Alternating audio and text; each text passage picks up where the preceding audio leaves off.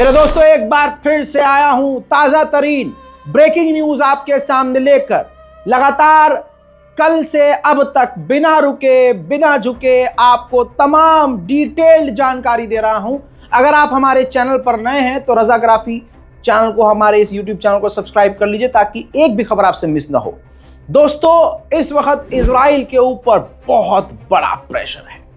कोई नहीं चाहता है, बड़े से बड़े देश भी नहीं चाहते हैं कि अब इजराइल ईरान पर हमला करे।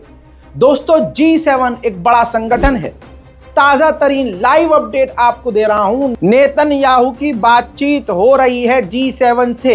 ये G7 की मीटिंग की आपको मैं लाइव स्क्रीन शेयर कर रहा हूं, जो G7 की मीटिंग के दौरान लिया गया है। इन G7 के देशों ने पहले तो ईरान के हमलों की निंदा की है कि गलत किया, और फिर बड़े ही मोहब्बत से इजराइल को समझाया है। बल्कि यूं कहूं कि G7 का भारी प्रेशर है इजराइल पर कि किसी भी तरह से ईरान के हमले को जवाब न दें, बिल्कुल शांत हो जाएं और ठस खा जाएं। लेकिन आप जानते हैं, ये इजराइल के नाक कटने वाली बात है, बिल्कुल कटने वाली बात। इसलिए इजराइल नहीं मान सकता। मैं आपको अपना ही एक ओपिनियन दे रहा हूं कि इजराइल हमला करेगा, वो हरकतों से बता रहा है। अभी बता दूं कि इजराइल के हमले की तैयारी पूरी हो चुकी है कि ईरान पर हमला वो करेगा। वहीं आपको बता दूं, हालात ये है कि इस वक्त वॉर मिनिस्टर, कैबिनेट मिनिस्टर जो इजराइल के हैं, फिक्स कर चुके हैं कि हाँ, हमें हमला करना है, लेकिन वो डिसाइड नहीं कर पा रहे हैं ये कि किस लेवल पर करना है। ईरान का बड़ा नुकसान करना है, ईरान के बॉर्डर पर हमला करना है, या दूसरे ईरान के संगठनों पर सीरिया इराक में हमला करके अपनी नाक बचा लेनी है, इज्जत बचा लेनी है। अभी इसी मुद्दे पर बातचीत चल रही है। लेकिन ईरान के ऊपर हमला करने से खुद अमेरिका डायरेक्ट मना कर रहा है, और इसके अलावा दूसरे तमाम देश जो इजराइल के साथी हैं सब मना कर रहे हैं। अब जो इससे बड़ी खबर है वो भी सुन लीजिए। इससे बड़ी खबर ये है, जो ब्रेकिंग बता रहा हूं आपको, ईरान ने 72 घंटे पहले बता दिया था। वहीं आपको बताऊं, ईरान ने तो तुर्की को भी बता दिया था हमला करने से कई घंटे पहले, 72 घंटे पहले। और तुर्की ने फौरन अमेरिका को बता दिया था और कहा था ईरान हमला करेगा, पूरी तरह से वो तैयार है, वो नहीं रुकेगा। जिसके बाद अमेरिका ने हरी झंडी दी। हाँ, अमेरिका ने हरी झंडी दी, तवज्जो, अमेरिका ने ग्रीन सिग्नल दिया। जिसके बाद इजराइल के ऊपर ईरान ने हमला किया। लेकिन तुर्की से अमेरिका ने कहा था कि लोअर स्केल पर ईरान हमला करे, हल्का करे। लेकिन मजाक मजाक में ईरान ने बड़ा हमला कर दिया। अब आप कहें नुकसान नहीं हुआ इजराइल का, तो आप गलत हैं। इजराइल के लोगों को ईरान ने निशाना बनाया ही नहीं था। उसका, ईरान का मकसद ये था कि देखो, वार्निंग है ये, और हमारी मिसाइलों को चैलेंज किया जाता है कि वहां तक नहीं पहुंच सकती हैं। तो लो, अमेरिका, जर्मनी, फ्रांस, जॉर्डन के रोकने के बावजूद हमारी कई मिसाइलें पहुंच गई हैं इजराइल के अंदर। अब अगर इससे भारी मिसाइल ईरान मारता और उनमें से 7 मिसाइलें गिरती तो क्या होता। तो ये सिर्फ एक वार्निंग सेट की है ईरान ने। अब आपको बता दूं कि अमेरिका ने परमिशन दी थी, लेकिन ये परमिशन अमेरिका पे भारी पड़ गई, क्योंकि उसके लगभग $1.5 बिलियन खुद के खर्च हो गए इजराइल के ऊपर मिसाइलों को रोकने के चक्कर में। रशिया में जो इजराइल के एम्बेसडर हैं, उन्होंने रूस से कहा कि ईरान के हमले की निंदा करो। इस पर रूस के विदेश मंत्रालय की प्रवक्ता मारिया ज़ोखारोवा ने चप्पल उठाकर इजराइल के मुंह पर रख दी। कहा कि हम क्यों करें निंदा। मुझे याद नहीं है कि जब यूक्रेन ने रूस के अंदर शहर पर हमला किया तो हमें याद नहीं है कि अमेरिका या इजराइल ने, यानी आपने, कोई विरोध किया हो या उसकी निंदा की हो। हाँ, ये जरूर याद है कि जब हमारे देश के अंदर मॉस्को में हमला हुआ तो यहूदी जो ज्यूज हैं, उन्होंने खुशी जताई थी। तो इस तरह से रूस ने इजराइल को रगड़ कर रख दिया। अब जितने भी दुश्मन हैं ईरान के, उनको भी ये क्लियर हो गया है कि भाई, ये हिम्मत का ईरान ने काम किया है। ये सोचना छोड़ दीजिए कि नुकसान नहीं हुआ, अब यार वहां तो कत्लेआम हो जाना। ईरान की ये फितरत नहीं है। ईरान को वार्निंग सेट करनी थी, अपनी ताकत दिखानी थी। अब हिजबुल्लाह ने भी यही बात कही कि ये जो ईरान ने किया है ये बहुत बड़ा हिम्मत वाला काम है, यानी सांप के बिल में हाथ देने वाला काम है। सबको पता है, ईरान को भी पता है कि अगर अमेरिका इजराइल चाहें तो ईरान के चप्पे चप्पे पर खौफनाक हमले हो सकते हैं। ये सब कुछ जानने के बाद भी अगर समझ लीजिए कि छोटा हाइट का हो, छोटा हो, कमज़ोर हो, हर चीज़ में कमज़ोर हो, वो अगर खली जैसे इंसान से आके भिड़ जाए और भले ही हार जाए, तो आप अपने दिल पर हाथ रखिए, हिम्मत वाला कौन कहलाएगा? वो छोटा व्यक्ति जो हर जगह से कमज़ोर था, हर तरह से कमज़ोर था।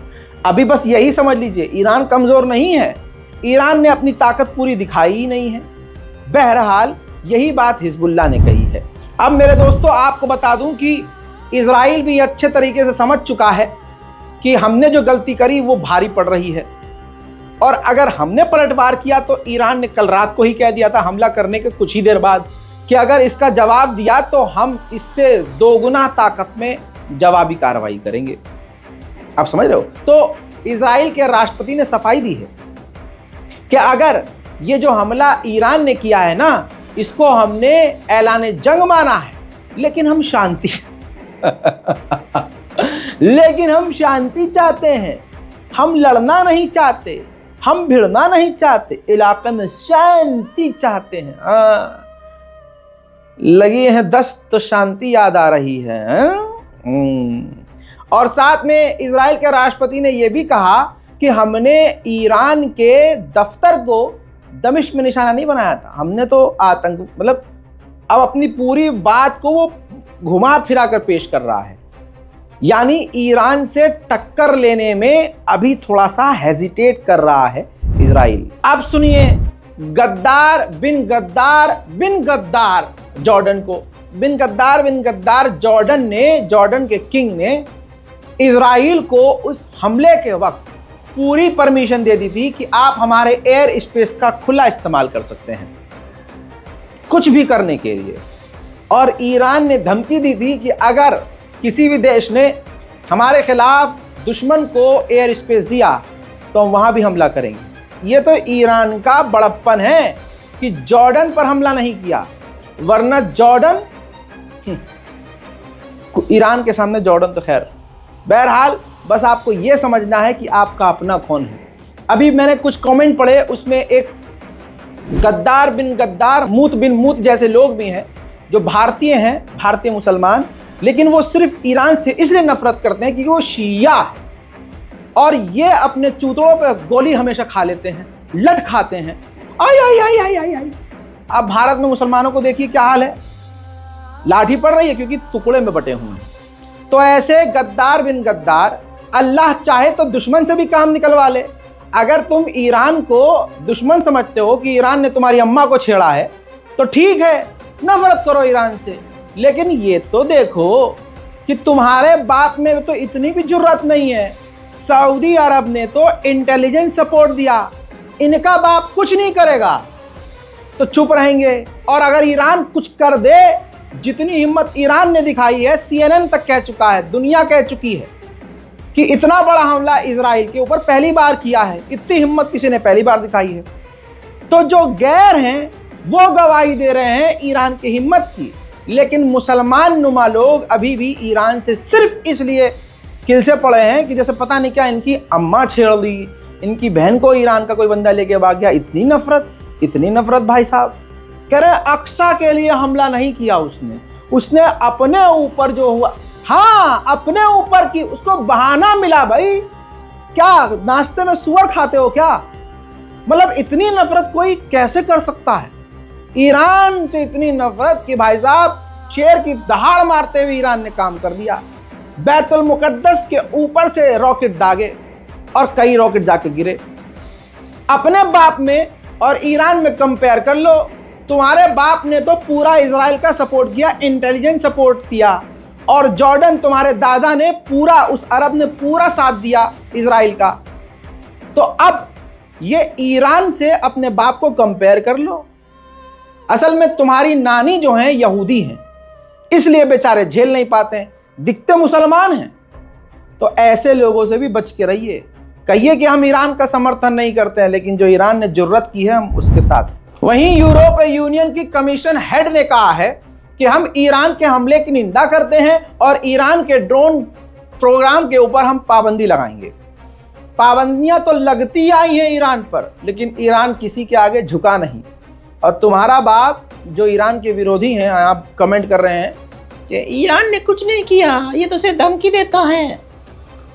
अल्लाह कहता है ना, अल्लाह के नबी ने भी कहा था, जो ईमान नहीं लाने वाले होंगे वो नहीं लाएंगे। अरे हुजूर पाक सल्लल्लाहु अलैहि वसल्लम अपनी ज़बान से जब तरबियत देते थे, लोगों को समझाया करते थे, जब किसी की इस्लाह किया करते थे, तो जो काफिर हुआ करता था मुसलमान नुमा, वो तब भी दिल में कीना रखता था।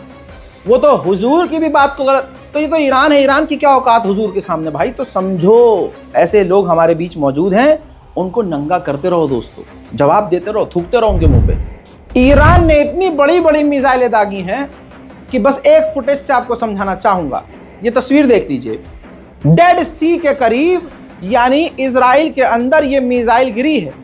एक यहूदी ऑफिशियल खड़ा हुआ है और आप देख रहे हैं कि मिसाइल का साइज कितना बड़ा है, यानी इंसान से 10 गुना चौड़ी और 10 गुना लंबी मिसाइल ईरान ने दागी है। उधर यूरोपीय यूनियन फॉरेन पॉलिसी के चीफ ने ईरान के विदेश मंत्री से फोन पर बात करके इस हमले की निंदा की है। वहीं ईरान के विदेश मंत्री ने ऑफिशियली कह दिया है कि 72 घंटे पहले हमने अपने पड़ोसियों को और दूसरों तक को ये खबर दे दी थी कि हम हमला करेंगे और करने वाले हैं।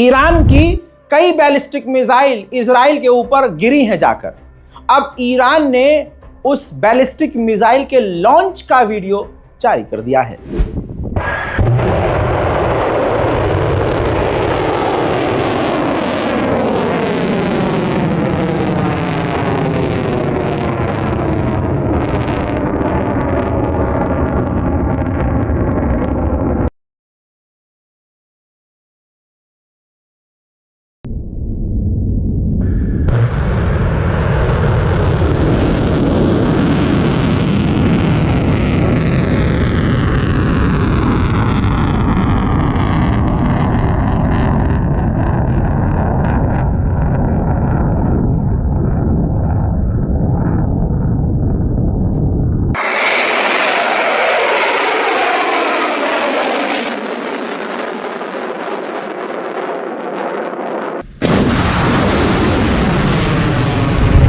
इजराइल के 1.3 बिलियन डॉलर एक झटके में खत्म हो गए, क्योंकि उसको अपने F-16, F-35 most advance iron डोम जैसे और एरो 2, एरो 3 जैसे एयर डिफेंस सिस्टम का भारी अंधाधुंध इस्तेमाल करना पड़ा। देखिए, यही वजह है जिसकी वजह से बड़ा नुकसान पैसे और डॉलर का इजराइल को हुआ है।